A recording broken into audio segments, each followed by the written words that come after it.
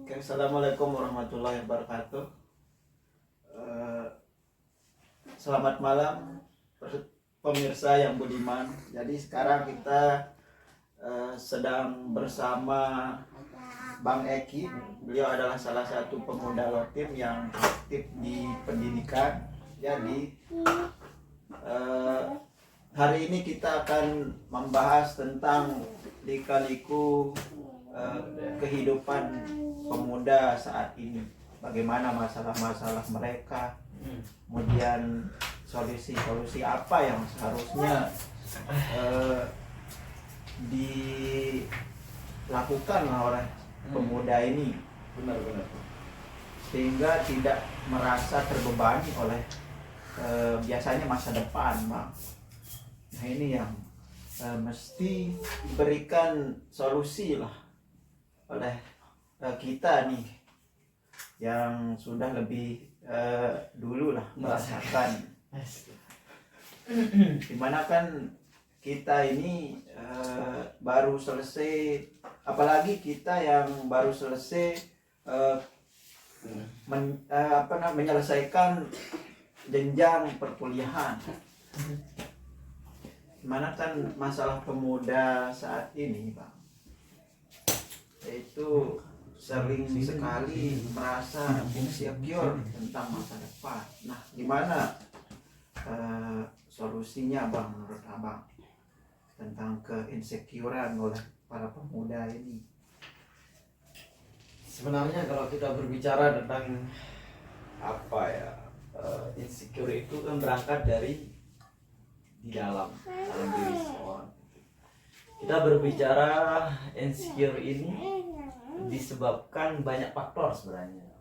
Bukan hanya mungkin dia lantaran kurang percaya diri karena setelah dia sarjana dia merasa tidak bisa apa-apa mungkin. Kemudian yang kedua, setelah sarjana selain tidak bisa melakukan apa-apa, kemudian dia bingung dengan dirinya sendiri gitu. Padahal pada saat dia berkuliah itu lancar semua aktivitas, rencana dan sebagainya. Tapi pada saat dia dihadapkan dengan sebuah realita lingkungan masyarakat dan sebagainya, dunia kerja, Ya, maksudnya kerja ini, Bang, yang membuat orang kebingungan kadang karena mungkin perlu bertanya pada diri sendiri dulu, apa yang kamu inginkan? What do you want? Pertanyaan mendasar ini yang membuat kadang kita berpikir sebenarnya apa yang saya inginkan. Nah, kalau itu sudah bisa dijawab atau itu belum bisa terjawab, itu yang membuat dilematis. Ya, dilematis ini kalau dipikirkan itu lama kelamaan akan menjadi stres. Lama kelamaan terus dipendam, tidak mendapatkan jawabannya, itu lebih atas lagi namanya depresi. Sehingga beban pikiran untuk tanpa dibarengi dengan tindakan atau misalnya sharing diskusi seperti ini, maka itu akan menjadi bom waktu yang lama kelamaan akan membuat orang itu tidak bergairah dalam hidup. Kebanyakan dia misalnya merenung kebanyakan, kemudian menyendiri, galau, maksudnya tidak bersemangat dalam menjalani hidup, dan dia merasa terisolasi dengan dirinya sendiri. Ya, kadang manusia itu mengisolasi dirinya sendiri tanpa orang yang mengisolasi. Kenapa? Karena dia termakan oleh pikiran sendiri. Energi manusia itu kan bersumber dari keyakinan dan apa yang dia pikirkan. Sehingga dua hal ini, keyakinan itu kan di hati, kalau pikiran itu di pikiran sendiri, di otaknya gitu. Sehingga dua ini perlu dikontrol. Nah, ini sumbernya sebenarnya, kita berbicara sumber insecure, sumber dilema, kemudian galau, sumber-sumber kebingungan yang lain itu. Dua ini belum sinkron antara hati dan pikirannya. Apa yang diinginkan hati belum tentu bisa dipikirkan oleh otak. Apa yang bisa dipikirkan oleh otak belum tentu bisa diterima oleh hati. Karena sinkron yang dua ini yang membuat penyelarasan kadang makin lama gitu. Nah, kalau kita berbicara tentang hati, apa yang sebenarnya saya inginkan? Nah, kalau berbicara solusi, apa yang harus saya lakukan? Itu otak yang berpikir. Kalau apa yang kita inginkan, tanya hatinya. Kalau apa yang harus saya lakukan, tanya otaknya. Sehingga dalam proses pengambilan keputusannya itu minimalisir lah dalam apa istilahnya itu hasil yang akan dicapai. Itu mungkin menurut saya. Sehingga pertanyaan yang disampaikan tadi itu dalam masalah muda-mudi, apalagi yang baru sarjana, baru selesai lah istilahnya itu, perencanaan individual itu harus kuat. Itu berangkat dari kita sendiri, kemudian kita lihat dunia kerja itu seperti apa. Banyak faktor yang mempengaruhi pengambilan keputusan. Salah satu faktor yang terbesar itu adalah kita mengetahui potensi kita sendiri. Ya, kalau mau zona nyaman, silahkan geluti apa yang menjadi hobinya gitu. Zona nyaman. Kalau mau zona tidak nyaman atau keluar dari zona nyamannya, tentu banyak mencoba hal-hal baru yang sekiranya itu memiliki potensi untuk memajukan diri. Berarti kalau kita nih sebagai orang-orang yang baru keluar dari dunia pendidikan ini, bukan keluar sih, tapi baru saja menyelesaikan tuh bangku kuliah tuh, nanti kita harus mencoba ketidaknyamanan untuk bekerja di suatu tempat gitu, atau kita harus, segala sesuatu memiliki proses kan. Apa yang ada di pikiran kita itu hanya asumsi, imajinasi dan halusinasi. Tanpa tindakan kita tidak akan pernah tahu sekuat apa kita dan sekemampuan apa kita. Apa maksudnya? Jalani apa yang menjadi hidangan terdepan. Tanpa harus kita berpikir yang terlalu jauh, itu secara idealis. Jadi maksud saya, apa yang ada di hadapan, selagi itu bisa kita lakukan, jalani. Bisa jadi, saya pernah punya prinsip itu, kita harus mencari batu loncatan untuk tujuan-tujuan seterusnya. Kita tidak tahu apa maksud Tuhan. Kita dihadapkan dengan hal ini, kita tidak tahu. Tapi tugas kita itu adalah menjalaninya. Misalnya taruh, kita melakukan ini, ternyata kita dapat yang ini. Tujuan kita misalnya di sini. Padahal kita tidak pernah menginginkan jalan ini. Yang kita inginkan jalan yang dari sini. Tapi kita terus jalani ini, dari sini kita menemukan jalan yang ini. Jalan ini kita temukan jalan yang ini. Jalan ini kita temukan sampai ke tujuannya. Itu maksud daripada kumpulkan batu-batu kecil sebagai batu loncatan untuk mencapai tujuan itu sendiri. Bagaimana kalau tidak sampai? nah ini masalahnya. Nah, bagaimana kalau tidak sampai? Seperti prinsipnya, jangan ubah tujuannya, ubahlah jalannya. Jangan ubah tujuan besarnya, tujuan utamanya, tapi ubahlah cara untuk mencapai tujuan. Misalnya, untuk mencapai hasil 10, kan tidak selamanya 5 tambah 5. Ya, bisa juga 6 tambah 4. Bisa juga 7 tambah 3. Bisa juga 9 tambah 1. Ya, tujuan kita untuk mencapai angka 10. Kan tidak selamanya kita harus 5 tambah 5. Analoginya seperti ini. Mungkin sekarang kita bekerja di tempat yang tidak kita inginkan. Tapi melalui kerja yang tidak kita inginkan ini, kita mengetahui bagaimana cara kerja pertama. Kita tahu kok ini bukan tujuan utama, tapi kita jalan.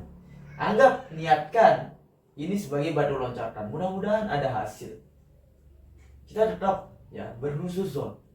Tanpa optimisme kita tidak akan pernah dihadapkan dengan realitas yang kita inginkan.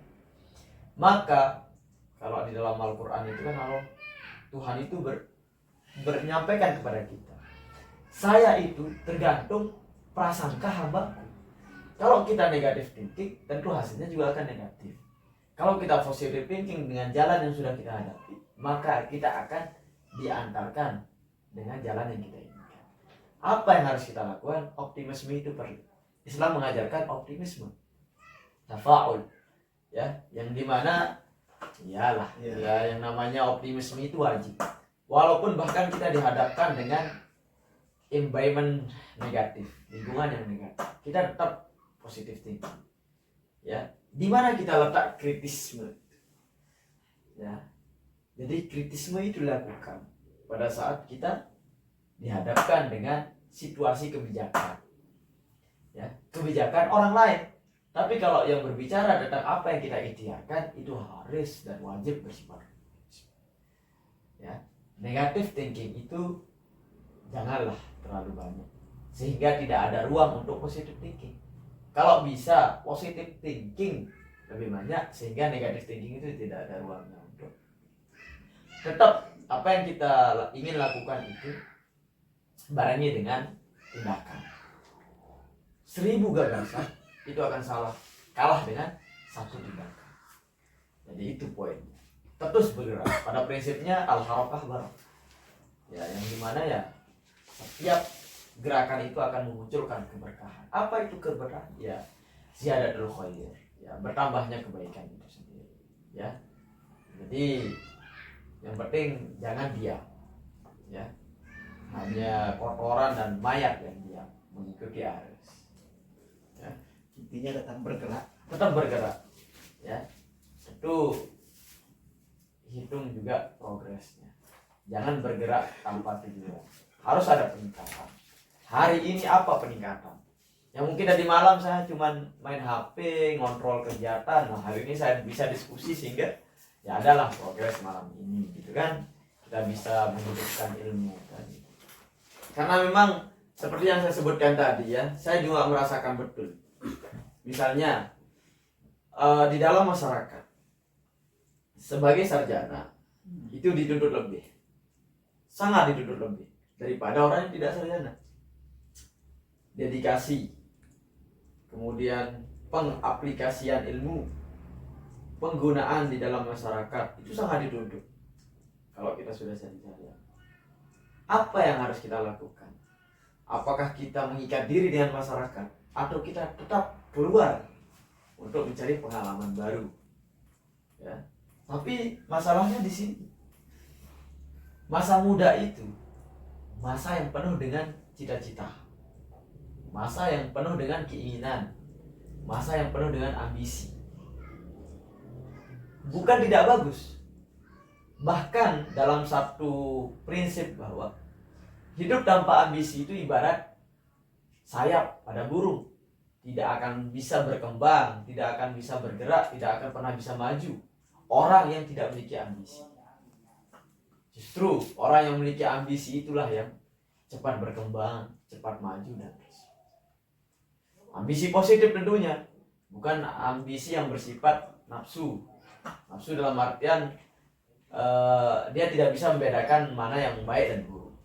Semua jalan dia tempuh, baik buruk dia sama ratakan. Yang penting dia satu tujuan, itu salah. Yang menghalalkan segala cara itu juga keliru. Tetap kita dalam koridor kebenaran dan kebaikan, sehingga kita sampailah pada, jangan, kalau prinsipnya itu jangan jadi pemenang yang tidak tenang, jadilah pemenang yang tenang. Begitu. Kalau kita mencapai tujuan kita, misalnya ke kampanye misalnya ini, tapi jalan kita tidak benar, ya tidak tenang, kita jadi pemenang. Pikiran selama 5 tahun itu terlalu banyak, misalnya janji buta, janji omong kosong dan sebagainya, itu yang membuat kita ya tidak bisa kita tepati janji kita kepada masyarakat. Kesana kita ditagih, janji kita. Nah, itu jadinya pemenang yang tidak tenang. Bagaimana contoh yang pemenang yang tenang? Dia tidak terlalu banyak janji, cuman dia bisa membuktikan itu. Dia tidak terikat dengan terlalu banyak janji, dia realitas saja bahwa apa yang dia lakukan terhadap masyarakat itu akan dia usahakan. Ya. Jadi itu sebenarnya kalau pemenang yang tenang, kadang masyarakat lebih duluan percaya dan terhadap dia itu. Masyarakat yang mengawalnya gitu, bukan dia yang ngemis-ngemis terhadap masyarakat. Gitu. Sehingga kalau mengemis terhadap masyarakat kadang ya gitu, janjinya banyak gitu. Dan masyarakat sekarang sudah cerdas, image politikus kita kan Iya. kebanyakan hilang kalau sudah jadi. Ngeri memang politik ya memang. Oh iya, larinya ke politik aja katanya. Jadi kayaknya ada kaget ini sarjana ilmu komunikasi kita bahas politik. Kebetulan saya kan ikut politik dari 2016. Cocok. Jadi saya kalau sekarang slogan saya free and independent. Saya tetap kawal apa yang menjadi instruksi guru besar, tokoh. Cuma saya bergerak dengan cara saya sendiri. Jadi tidak mau terikat dengan begitulah. Ya, nanti masuk di YouTube gambar aksara. Jangan lupa ya. Kebetulan kegiatan ini kita disponsori oleh Nizomia Kopi ya. Jadi rasanya sangat original yang dimana bisa ketagihan, sangat khas kopinya dan sangat bermartabat rasanya. Oke, bersama Nizomia Kopi, beli kopinya, berbagi ceritanya. Oke, luar biasa. Kita seruput dulu kopinya. Kira-kira ada nggak yang masih kira-kira yang buat galau? Memang berbicara tentang skill itu pertama kita berbicara tentang skill, jujur saja. Ya. Ya. Tapi berbicara tentang skill tidak akan pernah kita dapat skill kalau kita tidak memulai. Sukses itu mulainya yang sulit. Karya itu eksekusinya yang sulit. Serius. Karena memulai itu tidak semudah yang kita bicarakan. Contoh lah dengan bisnis atau usaha yang dilakukan sama teman kita, founder Jejak Coca-Cola. Ya, beliau ini merintis dari hal kecil, mulai dari hobi, kemudian berkembang, dia cari link, sampai sekarang sudah menjadi partner di Lupa Kerjaan. Ya, partner sekolah literasi Rinjani. Sudah memiliki ruang reparasi yang sangat relevan ya dengan ya rental outdoor orang lain gitu yang lebih besar gitu. Ya, Udah setara. ya, tapi bukan Megantara. Ya, kenal kan Megantara? Iya. Hah? Cimol. Dalam prinsipnya saya termasuk orang yang terlambat kuliah ya. Dan saya buktikan bahwa idealis itu adalah untuk menghidupkan potensi. Ya. Idealis itu ibaratnya bibit untuk kesuksesan. Tanpa idealis kita tidak akan pernah bergerak masuk ke dalam realistis. Lingkungan seperti apa lingkungan yang kita akan hadapi. Tanpa idealis kita akan mengikuti sistem yang ada di lingkungan tersebut. Tanpa idealis kita akan mudah terpengaruh oleh idealis orang lain. Tanpa idealis pun kita juga akan mudah untuk diombang-ambing kemana orang lain akan mengarahkan kita. Pada satu sisi, kalau kita berbicara tentang idealis, tetap ya, idealis itu harus ada pada konsepnya.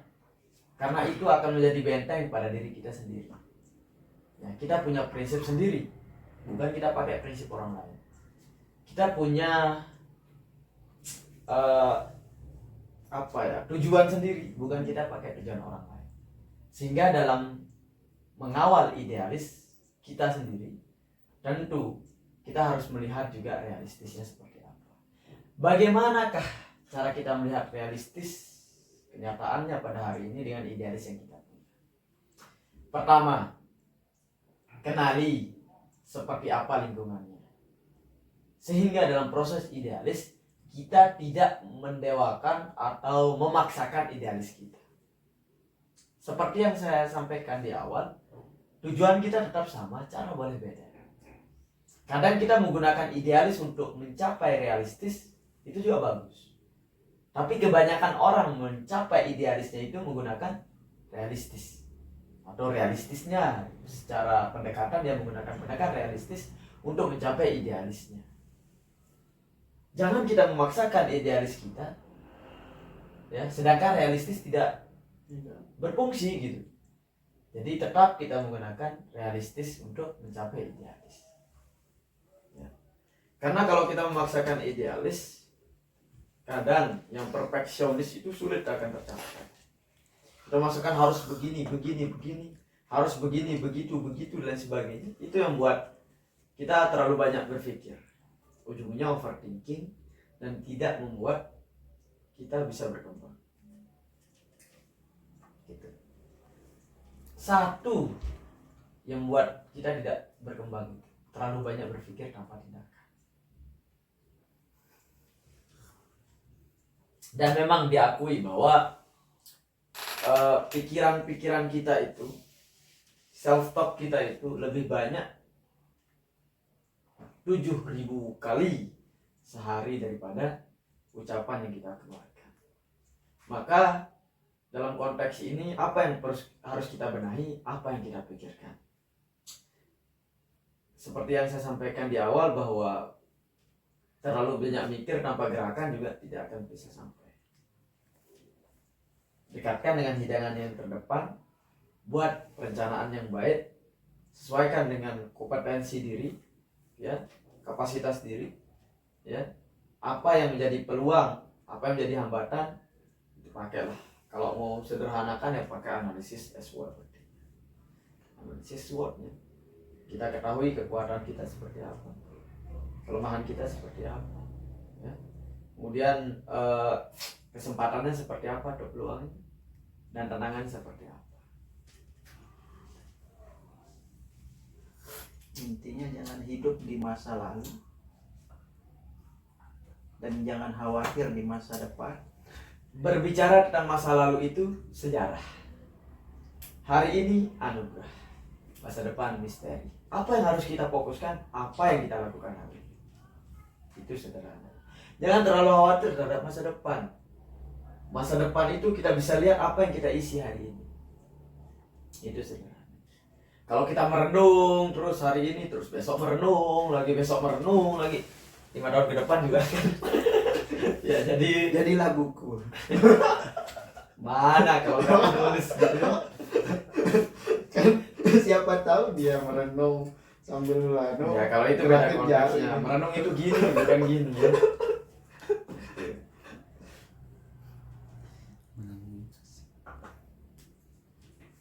Ngeri emang. Dunia ini. Ya. Ad-dunya mazra'atul akhirah.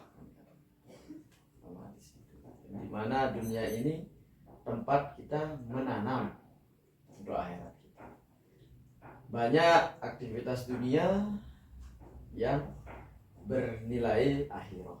Sebaliknya, banyak juga aktivitas akhirat yang bernilai dunia. Kenapa? Ada yang salah. Di mana ada tak salahnya? Niatnya. Ya. Jadi tergantung niatnya. Innamal a'malu binniyat. Sehingga walaupun mungkin ya bersama dengan nizamnya kopi, sama dengan rental outdoor jejak Coca-Cola, niatnya mungkin seperti ya kita sedang melaksanakan dunia. Tapi setiap kali kita diundang di sini, kita selalu dihidangkan dengan seikhlas hati. Itu bernilai akhirat. Nah, jadi akan dibalas nanti ya, akhirat. Jadi ya jangan heran, walaupun hari ini mungkin secara duniawi kita tidak melihat balasannya, tapi kita tahu dengan niat ikhlas kita itu akan menjadi pahala yang luar biasa. Bisa jadi lantaran kita pernah menjamu tamu dengan segelas kopi itu alasan Allah Subhanahu wa taala meridhoi kita masuk surga. Wallahu a'lam kan? Iya, kita tidak tahu dari jalur mana kita akan Masuk surga ya? Apakah jalur utara? Iya. Jalur selatan? Barat. Iya. Itu kayak orang muncak kerjanya aja. Intinya remang-remang hidupan ini Pak ya. Memang kalau dalam kajian konseling Quran ini, Ya. memang anak muda hari ini atau remaja hari ini dia mengalami disorientasi. Masalahnya. Apa masalah disorientasi ini? Dia salah menentukan tujuan. Atau memang Kenapa nggak ada salah? tujuan, Bang? Kalau itu mungkin terlalu ekstrim kalau kita bilang tidak ada tujuan. Yang tepat itu dia bingung menentukan tujuan. Banyak tujuan, pilihan tujuan, tapi dia bingung memilih tujuan itu. Paham nggak? Nah, disorientasi ini adalah hanya bersifat duniawi. Taruhlah, saya ingin sukses menjadi pengusaha. Ya, tidak ada salahnya. Kalau misalnya dibarengi dengan niatnya, biar saya bisa bersedekah pada orang-orang tidak mampu. Itu akan lurus sekali dan tidak termasuk disorientasi. Yang disorientasi seperti apa? Yang tidak disadarkan dengan nilai-nilai ubudiyah atau ibadah, sehingga dia fokus dan lupa terhadap siapa yang sebenarnya punya kekuatan, ya, la haula wala quwata illa billah. Sehingga tidak dibarengi dengan tindakan-tindakan spiritual. Manusia itu memiliki bibit angkuh, semua, termasuk syaitan, ya, yang memiliki sifat aku itu besar pengaruhnya terhadap nilai amaliyah, aktivitas. Begitu. Jadi disorientasi yang terjadi pada remaja hari ini, taruhlah pada siswa-siswa SMA atau yang kuliahan. Misalnya tujuannya kuliah itu biar dapat kerja, biar banyak uang. Bagus, cuman itu kurang pas. Kalau dalam ta'lim ulumul ta'lim, tujuan orang belajar itu apa? Untuk mencerdaskan orang bodoh, ya, kemudian mendapatkan ridho Allah yang nomor satu dalam ta'lim ulumul ta'lim. Ya, niat ibadah, cari ridho Allah, ya, untuk mengentaskan kebodohan pada diri sendiri, ya, dan sebagainya. Jadi tujuan dasar belajar itu yang keliru, sehingga nilai-nilai spiritual dalam pelaksanaan pembelajaran kalau itu hilang, itu yang buat dia dilema pada saat dia keluar. Dia tidak berpikir bahwa kira-kira Tuhan itu ridho nggak terhadap aktivitas perkuliahan atau selama saya menuntut ilmu 4 tahun. Itu pertanyaan. Karena kalau Tuhan tidak ridho dengan apa yang kita pelajari, itu keberkahan itu tidak pernah ada. Apa itu keberkahannya? Keberkahan itu sedikit ilmu kita tapi bermanfaat untuk orang. Banyak ilmu kita tapi tidak bisa digunakan untuk orang, itu juga berkah.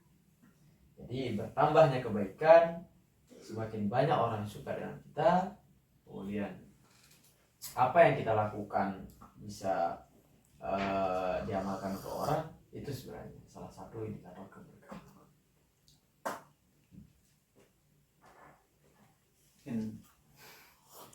Mungkin ini yang hilang dari peradaban pemuda sekarang ini, tentang kebarokahan ini, mencari kebarokahan ini. Lebih banyak mungkin pemuda hari ini, mereka itu mencari ilmu bukan untuk keberkahan, tapi sekedar untuk mencari pekerjaan. Dan mungkin ini juga masalah dari anak-anak muda sekarang. Benar sekali. Gimana ya itu kan secara idealis spiritual dan realistis pemikiran, hilangnya pemikiran intervensi keyakinan itu sendiri. Jadi banyak paradigma berpikir bahwa agama itu adalah anomali atau yang mungkin itu urusan pribadi. padahal itu besar pengaruhnya terhadap pengambilan tindakan seseorang. Semakin kuat dan tinggi keyakinan terhadap agamanya, itu sangat menuntun dan membimbingnya untuk mengambil keputusan itu sendiri. Dan bagaimana realitas pemuda hari ini, ya kita bisa lihat seperti apa mereka di dalam mengambil tindakan. Pernah nggak mereka kembalikan atau kita kembalikan kepada yang maha kuasa, yang memiliki kekuatan dulu? Bismillahirrahmanirrahim, bahwa yang saya ambil ini, kadang kan kita harus, jadi walaupun kita berbicara seperti itu, kalau kita yakin bahwa kita dibersamai oleh Tuhan kita, kemudian kita dibersamai dengan orang tua kita misalnya, tidak akan pernah salah kita mengambil langkah. Tidak akan pernah salah. Kita kembalikan dulu. Karena kita berdoa, kalau memang ini jalan terbaik, dekatkan. Kalau memang ini bukan jalan terbaik, jauhkan.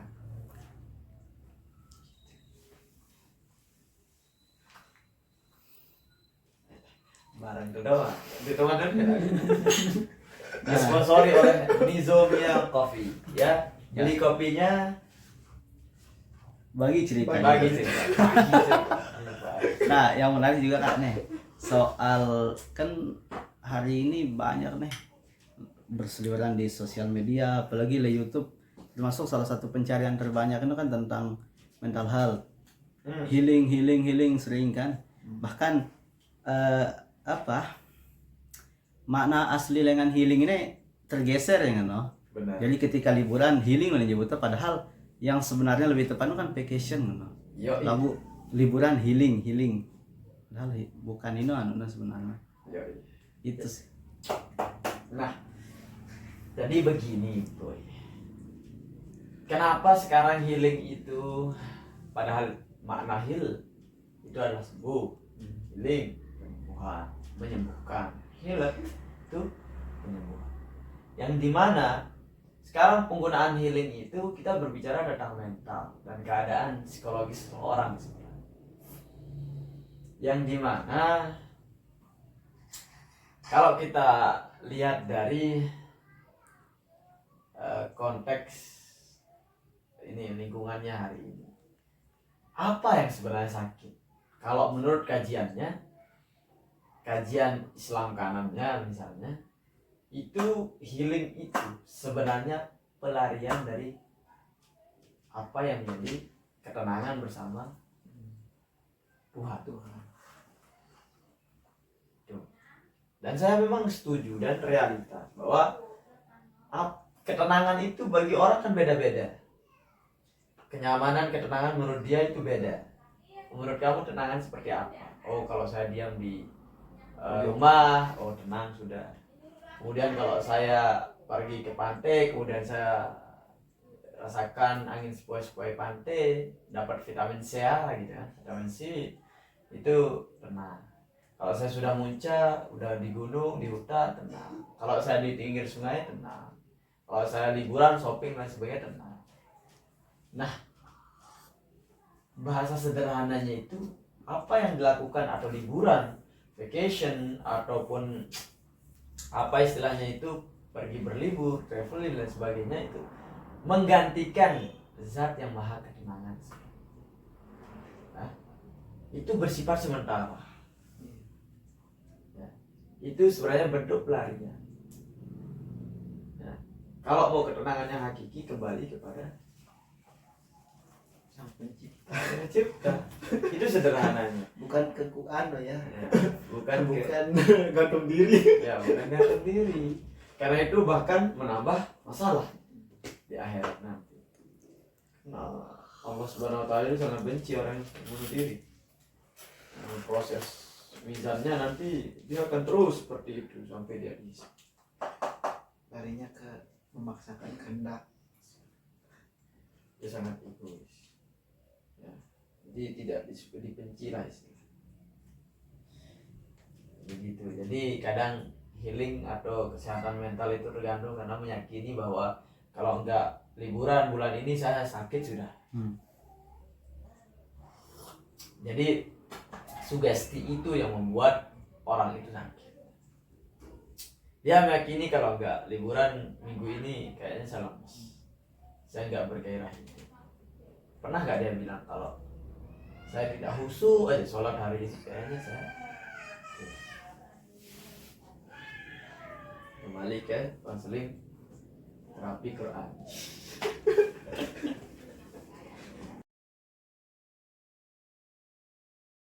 Perspektif orang itu kan berbeda-beda. Sahabat Ali bin Abi Thalib itu kan dikenal dengan babul ilm, gerbang atau pintunya ilmu. Ya, dalam perspektif yang kita lihat, kebahagiaan itu sangat beragam, tergantung daripada orang. Kenapa? Kenapa beliau itu dahulukan yang internal, istri dan anak. Kalau dua-duanya sudah aman, secara jannati, baik di jannati itu sudah masuk. Ya, rumahku adalah surgaku. Jadi kalau apapun yang terjadi di luar, kalau sudah aman di dalam, kan clear semua. Tapi kalau di dalam berantakan, di luar aman, tidak akan pernah tenang, tidak bahagia. Nah, kalau yang misalnya dua hal itu clear, internal itu istri dan anak, sahabat dan misalnya pekerjaan, Pekerjaan itu ya. Lupa saya. ya, pekerjaan itu bersifat eksternal masuk. Nah, cuman sekarang kita berbicara tentang tujuan yang setiap orang dan indikator kebahagiaannya orang itu beda-beda. Ya, tapi ini mendasar sahabat dan pekerjaan dan istri dan anak. Ya, itu internal dan eksternal yang diambil. Nah, berbicara tentang kebahagiaan tentu berbicara tentang keberhasilan. Apa sebenarnya keberhasilan? Nah, itu yang perlu kita lihat. Apa bahasa sederhana, bahasa cengoknya itu apa? Berhasil itu, sukses. Sukses. Apa itu sukses? Indikator sukses tiap orang beda-beda. Sangat banyak sekali pengertian daripada sukses. Dan indikator setiap orang itu beda-beda sukses. Misalnya bagi orang besar nih, jadi presiden baru dikatakan sukses. Kenapa misalnya si P hari ini ya itu masih mencalonkan diri, walaupun udah berapa kali mencalonkan diri tidak pernah menang, masih aja mau mencalonkan diri karena indikator suksesnya hanya di sana gitu. Tapi bagi orang lain cukup menjadi pendamping daripada misalnya presiden, itu sudah dia katakan sukses.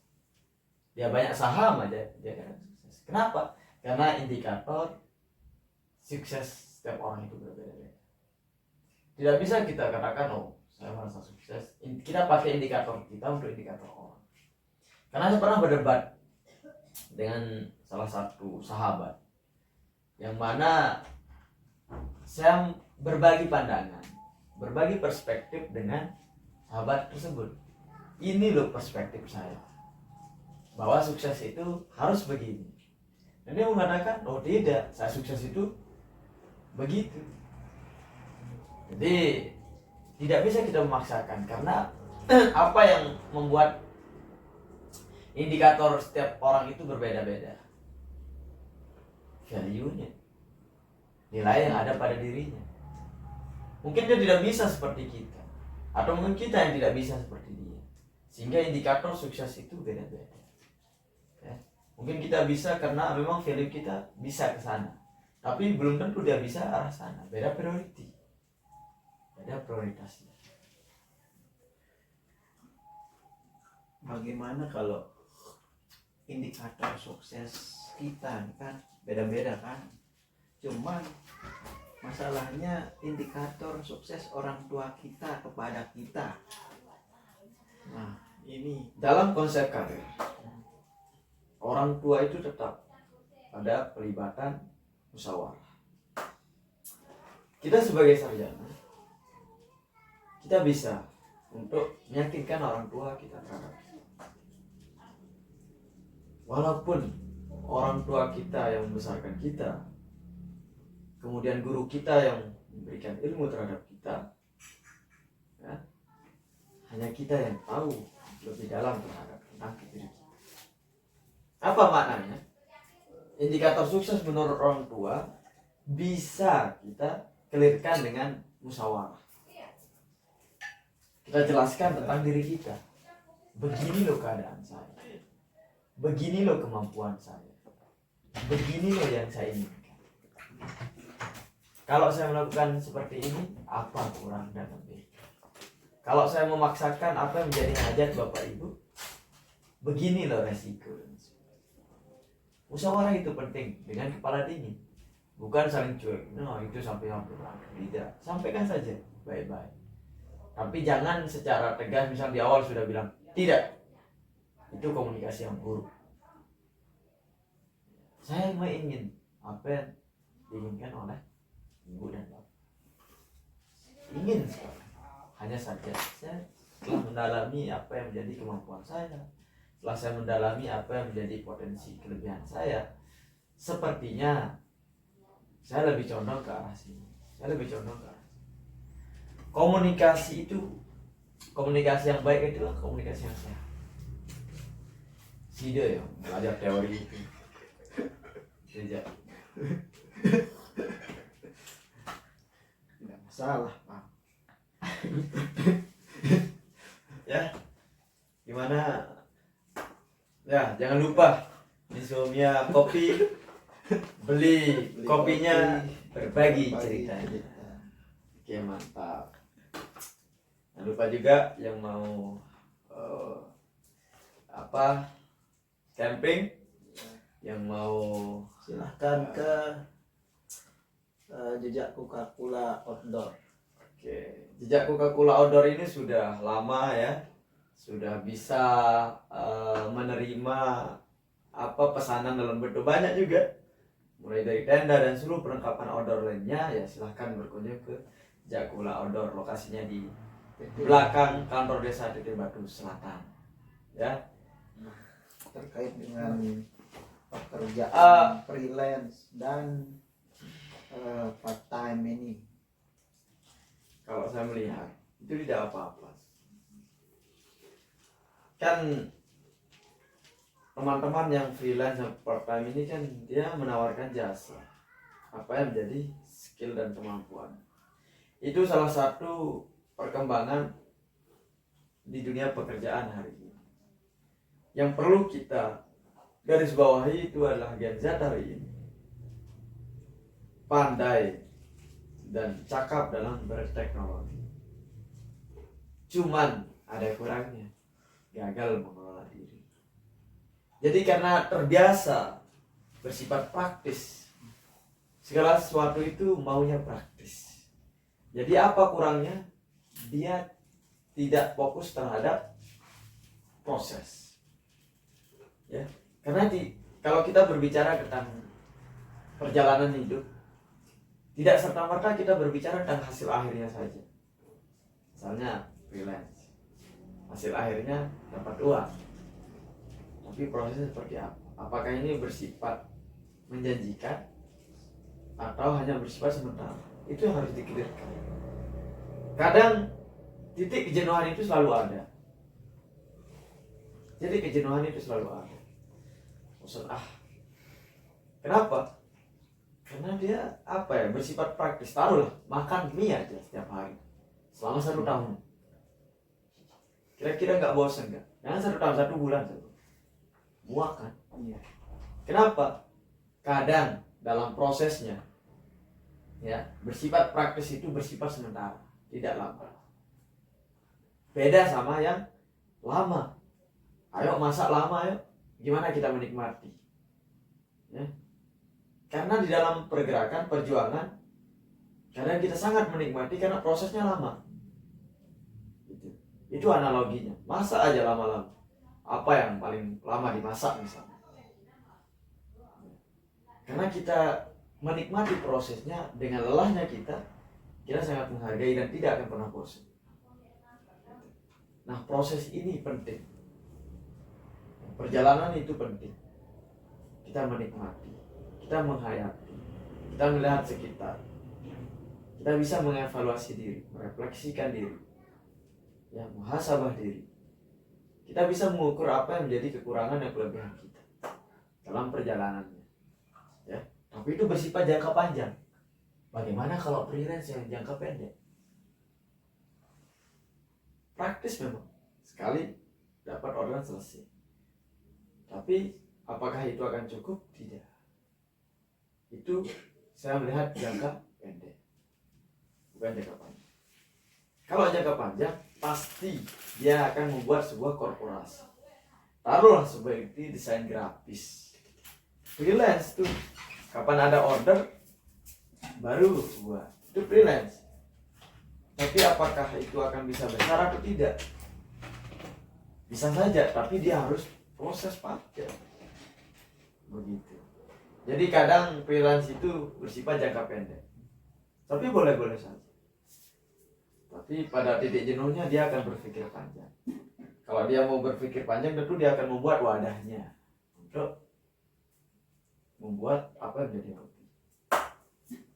Begitu. Itu aja. Termasuk dalam proses travel outdoor. Kalau kita berbicara praktisnya misalnya, ayo kita jadi reseller aja. Reseller maksudnya ya misal kita bagian dari agent misalnya. Ayo kita bos setiap hari part-time kan, cuma bagian promosi doang, nanti dapat diskon. Sejauh mana kita akan kuat seperti itu? Itu ada titik jenuhnya juga. Pasti, bukan tentu ya, pasti ada titik jenuh. Kayak sama teman-teman yang bekerja di luar, saya tanya, apalagi yang selalu, maksudnya di dalam kita berusaha itu kan, kalau kita masih memiliki bos itu kan, apalagi di perusahaan nih, itu kan bosnya ada manajernya yang kaya, sisanya baru kita yang dapat. Sisanya, sisa ya mungkin itu berapa persen, 0,0 sekian persen. Ya, saya tanya, berapa tahun akan kuat? 5 tahun? 10 tahun? 20 tahun? 30 tahun? Ayo, mulailah berpikir dari sekarang. Kalau sudah dapat ilmunya, mulailah dari diri kita. Niat kita untuk di sana untuk belajar pengelolaannya, manajemennya. Bisa jadi dia jadi mitra kita, kerjasama dan sebagainya. Nah, itu berbicara tentang pengembangan bisnis. Jadi tidak selamanya kita menggantungkan hidup kita terhadap orang lain. Gantungkanlah hidup kita itu terhadap Tuhan kita dan diri kita sendiri. Intinya kita bertanggung jawab pada diri kita sendiri. Oke. Yang menentukan tindakan seorang itu adalah cara pandangnya. Bagaimana dia melihat persoalan dan masalah.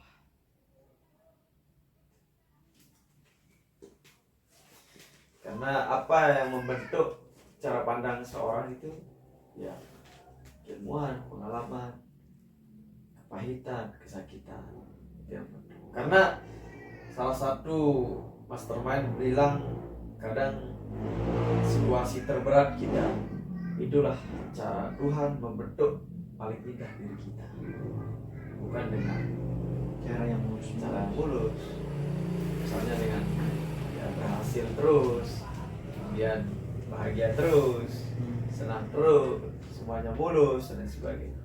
Tapi kadang kita dibentuk dengan rasa sakit, penolakan, kemudian fitnah, kemudian ya air mata dan sebagainya. Cinta. Jadi memang begitulah Tuhan membentuk kita dengan cara itu. Apa kesimpulannya pada saat itu? Kita tetap positive thinking, husnuzon, ambil hikmahnya. Kalau mungkin secara realitas kita ngeluh, kita tidak menganggap itu tidak adil, kita tidak berpihak, tapi cobalah pikirkan paradigma yang keliru tadi kepada hal-hal yang positif. Mungkin ada hikmah yang lebih besar. Mungkin ini bukan jalan saya. Mungkin ini cara Tuhan untuk menegur saya biar tidak lanjut. Diminta untuk jalan-jalan dan sebagainya.